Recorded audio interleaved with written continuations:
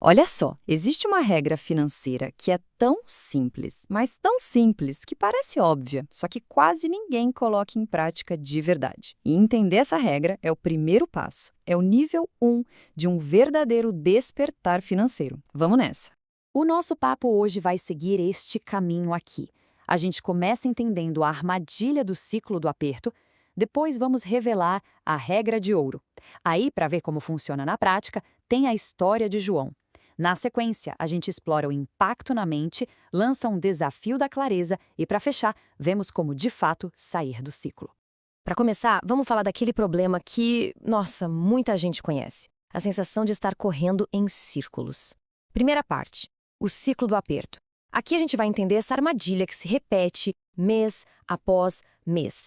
Essa pergunta aqui, ela vai direto ao ponto, né? É aquela sensação super familiar para muita gente.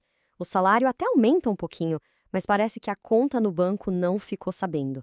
O dinheiro simplesmente some antes do próximo pagamento. A verdade é que o problema raramente é só o valor que entra, mas sim o jeito de pensar sobre ele. E este slide aqui ilustra perfeitamente onde está a confusão. Do lado esquerdo é o que quase todo mundo faz. A renda chega, a gente paga as contas e, bom, se sobrar alguma coisa, isso vira poupança. Só que vamos ser sinceros, quase nunca sobra. Agora, olha a mentalidade eficaz. À direita, a ordem muda tudo. A renda chega, uma parte vai primeiro para a poupança e o que sobra é que vai para as despesas. A fórmula parece mudar pouco, mas o resultado, nossa, é gigantesco. Ok, então se o jeito antigo não funciona, qual que é o segredo? Isso nos leva direto para a segunda parte, a regra de ouro, o princípio que vira o jogo de verdade. É isso. Simples assim, direto e absurdamente poderoso. Antes de pagar qualquer conta, qualquer boleto, a prioridade tem que ser essa aqui. É essa regra que sustenta toda a mudança. E o que isso quer dizer na prática? Significa virar uma chavinha na cabeça. A poupança deixa de ser o resto, talvez, e se torna a conta mais importante do mês. Pensa nela como a sua conta da liberdade. Ela é a primeira da fila a ser paga, sem desculpa. É um ato de priorizar o próprio futuro. Certo, a teoria é linda. Mas como isso funciona para uma pessoa comum, com um salário modesto no dia a dia? Vamos ver isso em ação agora, na nossa terceira parte. A história de João, a prova viva de que isso funciona no mundo real. Então, esse é o João. E a história dele provavelmente vai soar bem familiar. Um salário fixo, mas com gastos que pareciam ter vida própria, sabe? Restaurantes, comprinhas parceladas. O resultado era sempre o mesmo. A conta no vermelho antes mesmo do mês acabar. Este quadro aqui resume a situação perfeitamente. Os ganhos eram sempre os mesmos, mas a falta de controle nos gastos variáveis mantinha o João preso. Era o clássico ciclo do aperto, onde o dinheiro parecia um inimigo que sempre ganhava a batalha no final do mês. Mas aí veio a virada de chave. O João aprendeu a regra de ouro e tomou uma decisão. Chega de esperar sobrar. Ele ia fazer acontecer. O compromisso dele foi separar 10% de tudo que ele ganhava antes de pagar qualquer outra coisa.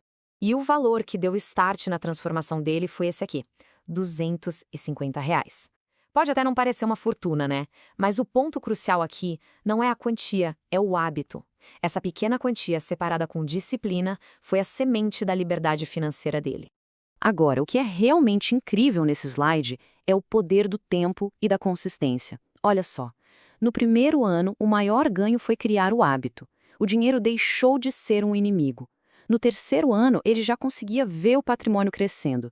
E no quinto, a mágica aconteceu. O dinheiro que antes era o vilão virou o principal aliado. E tudo começou com aqueles R$ 250. A história do João mostra que funciona, mas por quê? Qual é a lógica por trás disso? Vamos para a quarta parte agora para entender o impacto psicológico e por que o método antigo está basicamente fadado ao fracasso. Quando não se prioriza a poupança, a gente está, sem perceber, treinando o nosso cérebro para acreditar na escassez. Ele aprende a lição de que dinheiro nunca é suficiente, e essa crença vira uma profecia que se realiza sozinha. Com isso, a ideia de poupar vira sinônimo de dor, de sacrifício, em vez de ser vista como um ato de poder, uma oportunidade de construir o futuro. A melhor maneira de quebrar essa resistência da mente é com uma nova metáfora. E essa aqui é perfeita. Guardar dinheiro não é perder algo hoje. É como plantar sementes que vão garantir os frutos de amanhã. Não é um sacrifício, gente. É estratégia. É prioridade. Beleza, já entendemos a teoria, vimos na prática com o João, sacamos a psicologia da coisa, agora é hora de trazer isso para a realidade de cada um. Quinta parte, o desafio da clareza. Um exercício bem simples para dar o pontapé inicial. Então, o desafio é parar 1 minuto e responder com toda sinceridade a estas 3 perguntas. Primeiro, bota no papel. Qual seria o valor? Veja um número. Segundo, olhe com atenção para onde o dinheiro está indo e identifique o que pode ser ajustado para essa nova prioridade caber. E terceiro, uma autoavaliação.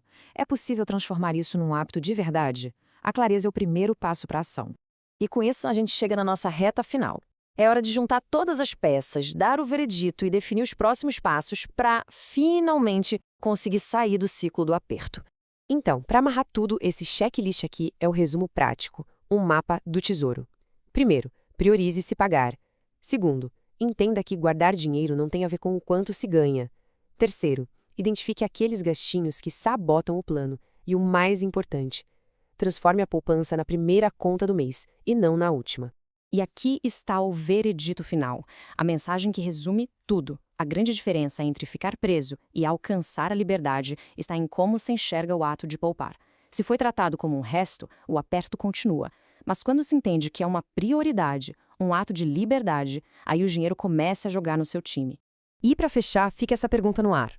Olhe para ela. Perceba qual é a primeira reação que ela provoca. É possível acreditar que a própria vida financeira pode mudar, começando com essa regra tão simples? A resposta pode ser o verdadeiro começo de um despertar.